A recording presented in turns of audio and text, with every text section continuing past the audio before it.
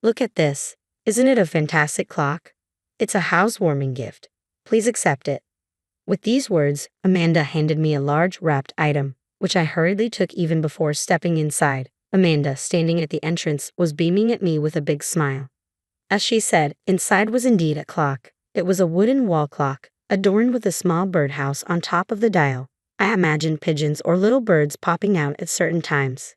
I thanked her and accepted the gift, but then something sparkling caught my eye. Drawn by the glimmer, I stared at it intently. Suddenly, a wave of anger surged through me. Acting on impulse, I swung the clock with both hands and smashed it against a garden stone right in front of my startled mother-in-law, Amanda. My name is Jennifer. I'm 30 years old, working in administrative tasks at a factory. My father works there too, and he always said that manufacturing isn't just about on-site work. It's also supported by those behind the scenes. Perhaps influenced by this, I've been drawn to behind-the-scenes roles since childhood. During school festivals, when we put on plays, I would manage props rather than act, and I also managed the baseball team in my club activities. I might not have been in the spotlight, but there were always people who noticed me. Their simple thank yous made me feel valued. That's why I aimed for an administrative position when job hunting. Initially inspired by my admiration for my father, I wanted to work in administration at a factory. However, those positions favored people with specialized knowledge or experience, and I couldn't secure a job at my desired places. My first job was an administrative position at a retail store, but I couldn't let go of my dream to work in a factory. While working, I studied machinery extensively and prepared for a career change. After 3 years, I gained enough experience to aim for a new job. Fortunately, I was hired for an administrative position at a factory of my choice and now handle behind-the-scenes tasks there every day. It was at this workplace that I met Daniel, my future husband. Daniel is a senior colleague who works on site, 2 years older than me. Despite working behind the scenes, I always had great respect for the on-site workers. Daniel, in particular, was always cheerful no matter how busy he got, lifting the spirits of the entire workplace. He was very dedicated to his work and considerate towards both on-site and administrative staff. We grew closer after sitting next to each other at the company's year-end party. We bonded over discussions about machinery and manufacturing. I enjoyed learning from Daniel, who had a deeper knowledge than I did. It didn't take long for our relationship to blossom. 2 years into dating, we took our first trip together to Hawaii, a place I had always wanted to visit. On the last day of the trip, Daniel proposed to me at a restaurant in our hotel. It happened after we finished our dessert during a fancy full-course dinner commemorating our last night there. I'm so full. This really has been the best trip from start to finish, I said.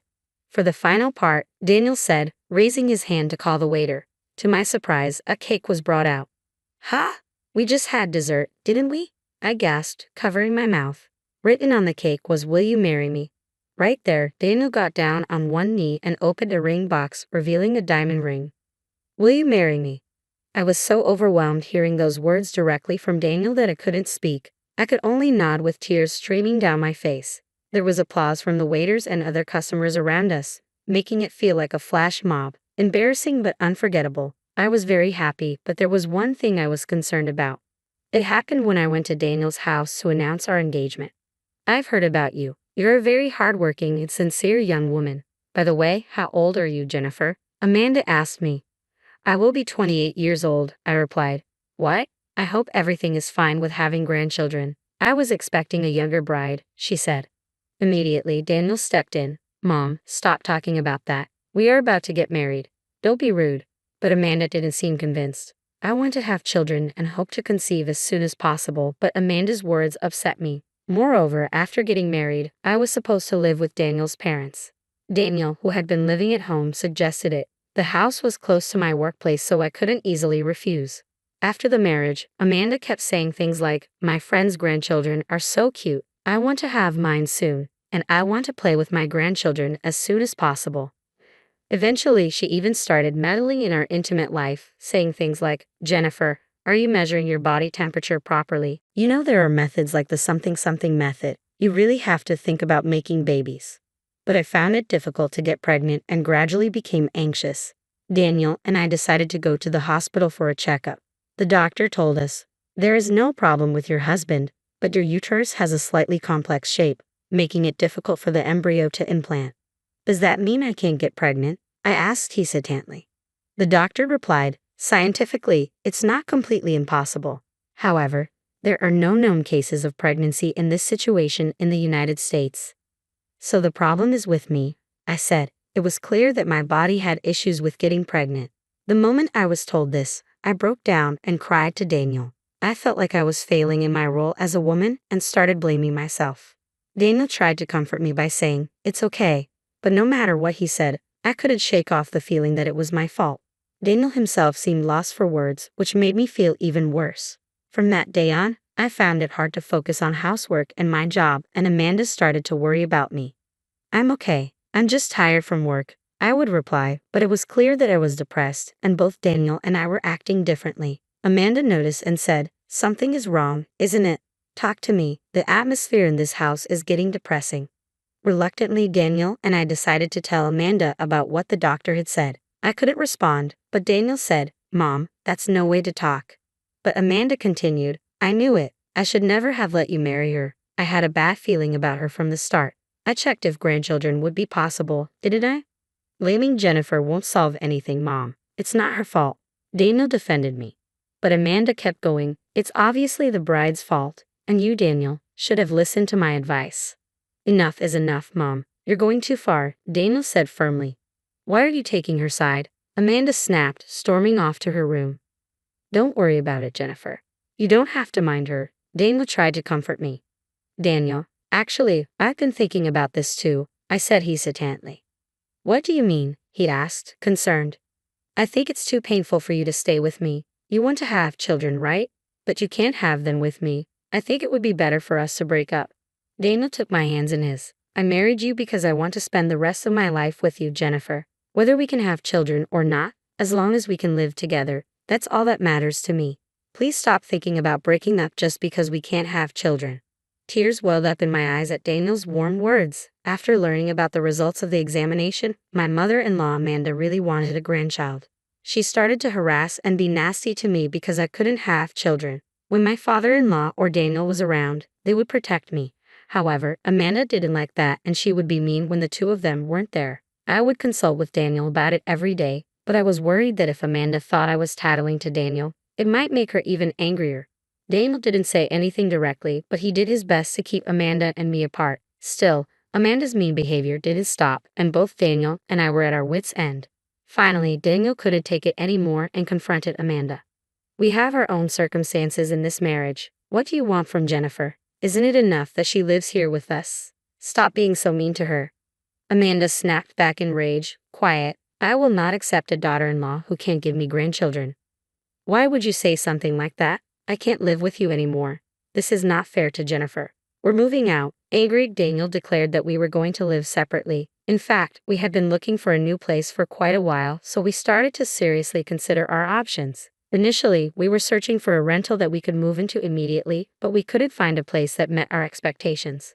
So we reevaluated our budget, considering our living expenses, and we both agreed that building a new house would be a better option for our future. Though we couldn't move as quickly as we could have if we rented, thanks to Daniel confronting Amanda, my father-in-law also started to keep a closer eye on Amanda to ensure she didn't mistreat me.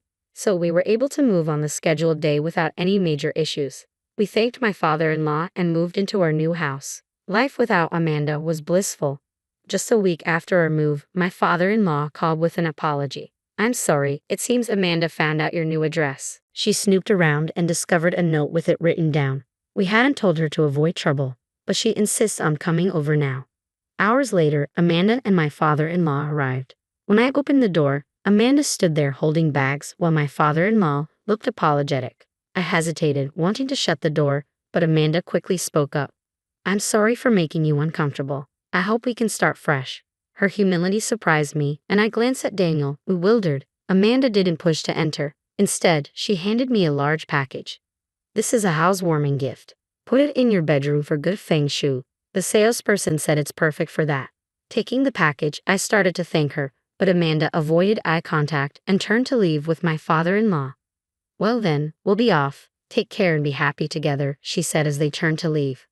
"Wait, you just got here. Are you leaving already?" Daniel asked, puzzled. "I'm sorry, son. This is Amanda's way of apologizing. She didn't want to intrude.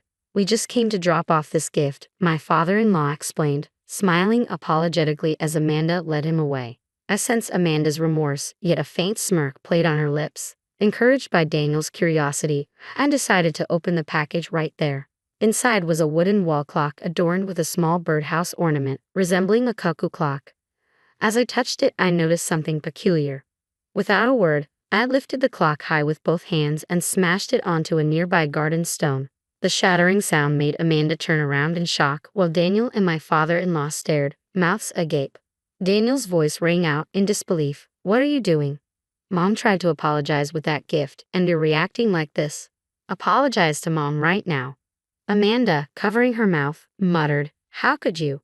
My father-in-law remained speechless, stunned by my actions. I took deep breaths, trying to calm down, then knelt and retrieved something from the debris of the broken clock. "Can you still defend her after seeing this?" I showed Daniel a particular component from inside the clock. "What? What is this? Why is this here?" Daniel clenched his fists, his anger palpable. "This is part of a camera and a voice recognition device," Daniel said, shocked. I could see my father-in-law's disbelief out of the corner of my eye. When I touched the birdhouse, something felt off. The door didn't move as it should have. I initially thought it was just a decorative piece, but then I noticed a small round black hole at its center. When sunlight hit it, I glimpsed something glinting inside, a camera lens. "Amanda, you claim ignorance, but why would there be a camera inside this?" "I have no idea." Even after I showed her the components, Amanda shook her head, feigning innocence. Yet her complexion paled visibly. "This is absurd. Mom, you knew about this, didn't you? If we hung this in our bedroom, you could have watched and listened to everything." My father-in-law's shock mirrored Daniel's anger. "Why would you give us something like this? What were you thinking?" Daniel demanded. "Oh, come on. Why did you have to notice? It would have been much easier if you had just accepted it quietly." "But you, my daughter-in-law," Amanda retorted, unashamed. "What are you talking about? You're the one who planted a spying device. Why would you do such a thing?" Daniel confronted Amanda, his voice shaking with fury. "I was worried whether my daughter-in-law was fulfilling her duties as a wife properly at night. I thought maybe the reason you two haven't had children isn't physical but mental, so I wanted to ensure she was behaving properly in the bedroom. And if not, I planned to push for a divorce. It wouldn't have been good for you, Daniel." Amanda snapped back, her frustration evident. Daniel, equally angry, confronted her sternly. "I've told you I'm perfectly happy with how things are, and there's no way you could have set up this clock by yourself. Is there someone else involved in this?" To this, Amanda replied, "If I had an accomplice who shared my sentiments, it could have been executed even more flawlessly. I had a clockmaker acquaintance of mine specially craft this clock with a built-in camera and microphone." "What have you done? Do you understand how terrible this is?" my father-in-law exclaimed, prompting Amanda to hurl stones at the fence. "The worst one here is your wife. She can't even bear children, yet she had the audacity to marry you. What about my grandchildren?" "Stop it right now," my father-in-law intervened, restraining Amanda. "I'm sorry for this. We're leaving now," he apologized, guiding Amanda into the car and driving away. Standing there bewildered, Daniel turned to me and said, "I'm sorry. My mom said some really awful things." "It's not your fault, Daniel." Afterward, I couldn't help but wonder about Amanda and my father-in-law. I wanted nothing to do with Amanda anymore, but I worried about how my father-in-law would handle the situation and what our relationship with Amanda would be in the future. A few days later, I received a call from my father-in-law.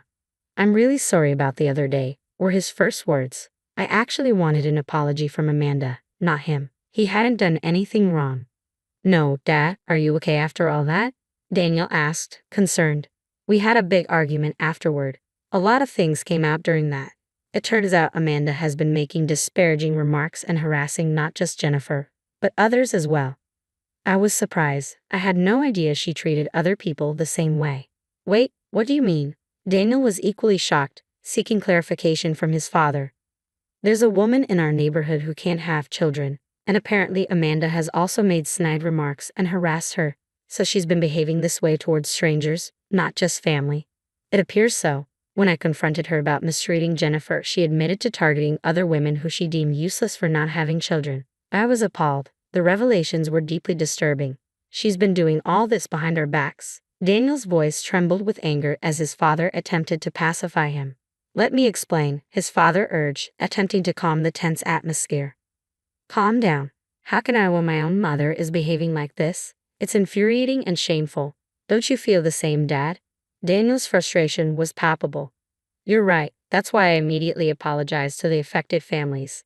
But I also discovered that a few houses down, another daughter-in-law suffered severe verbal abuse from Amanda, which drove her into depression. They moved away years ago. I'm worried about our reputation in the neighborhood, and I can't tolerate this any longer, my father-in-law confessed, clearly distressed. I've decided to file for divorce. I was taken aback, but Daniel remained composed and supportive. I understand. Are you going to be all right, Dad? His father spoke calmly, as if he had already made his decision. I'm planning to move out of this house as well. I owe it to our neighbors to set things right. Don't worry about me. I've already found a new place through a friend. Once everything is settled, I'll relocate. I wanted to inform you because Amanda might come your way now that I've asked her to leave today. I'm concerned about that. Even in his own turmoil, he still cared for us deeply. I understand. We'll handle it if she comes here. Once again, I apologize. I'll be in touch once I'm settled. With that, he politely ended the call. Thanks to Daniel putting the phone on speaker, I heard the entire conversation. A few hours later, Amanda arrived at our doorstep with her bags. Please help me. He kicked me out after the divorce. I have nowhere else to go. Let me stay here, she pleaded as soon as she arrived. Why did Dad divorce you? Was it solely because of this recent incident? Daniel questioned her sternly. Well, there are reasons, Amanda replied evasively. We've heard everything from Dad, Daniel retorted, catching her off guard. So you've mistreated not only Jennifer but also other daughters-in-law in the neighborhood. Amanda's eyes widened in surprise. Well, and because of your mistreatment, one of them even suffered from depression. Daniel Hughes. That's an exaggeration. There's no proof it was my fault. You're making me out to be a criminal. And how can a woman not bear children? I went through so much to give birth to you, and now I can't even see my own grandchildren because of her. Just looking at her makes me sick, Amanda snapped, her anger flaring. Mom, happiness isn't solely defined by having children, Daniel responded calmly but firmly. I understand that, but please let me stay here for now, Amanda pleaded. I'm sorry, but that's not possible. I've chosen to be happy with Jennifer. I can't continue living with you the way things are. You need to reflect on your actions. Why not? You're my son. I gave birth to you and raised you. Show some respect, Amanda insisted, her tone growing desperate. I appreciate everything you've done for me, but this is a different situation, Daniel replied calmly. Why? Just let me stay. Amanda's frustration boiled over, and she began throwing things from the entryway toward us. Realizing there was no reasoning with her, we decided to call the police. We managed to keep Amanda outside until the officers arrived. They escorted her away. I'm so angry. What's going to happen to me now? I never want to see your face again, Amanda shouted in frustration as the police intervened. I silently agreed, thinking to myself, well, you didn't have to come here in the first place. It seemed the police had given her a stern warning because she never returned to her house again. Shortly after, Daniel's father made the decision to move. Surprisingly, he found an apartment within walking distance of our home. If she ever shows up, I'll handle it, he assured us, which was a relief. During a housewarming visit to his new place, we asked about Amanda's current situation. She's living in public housing now. It's affordable housing for seniors and those with special circumstances, he explained. We used to live in a place like that, didn't we? I remarked. Yes, similar to that. Back then, families with children had priority for those apartments, he reminisced. Is she working? Daniel asked, somewhat surprised at the idea of Amanda holding a job. She started working part-time, but her employment history is shaky. After so many years as a housewife, she struggles with interpersonal relationships, often causing conflicts that lead to job losses. It's become a cycle of finding new part-time work, he detailed. I see. Well, I didn't expect it to be easy. It's good to hear she's making an effort to work, Daniel acknowledged. By the way, how do you keep up with her current situation? Do you stay in touch with her? I try not to stay in touch, but after so many years together, I can't help but worry. I check in occasionally to see how she's doing. It's better to know her situation in case there are issues that could affect you and Daniel. Daniel's father explained, showing a lingering concern for Amanda's well-being despite everything. Well, currently she's not holding down a steady job, so she's living somewhat depressingly on welfare, he added. Meanwhile, we decided to bring a dog into our lives. One day, while browsing a pet store, we came across a toy poodle. Hey, this little one just made eye contact with me, didn't it? I exclaimed excitedly. Me too, So cute. Daniel joined in. When we checked its birth date, I was thrilled. Daniel, look at its birthday. What about it? Oh, that's the same day you proposed to me in Hawaii. Doesn't it feel like fate? Feeling a sense of destiny, we decided to bring this young toy poodle home with us. Since then, we've been doting on this dog as if it were our own child. Additionally, with Daniel's father living nearby, he started visiting us frequently, making our family life lively and cheerful.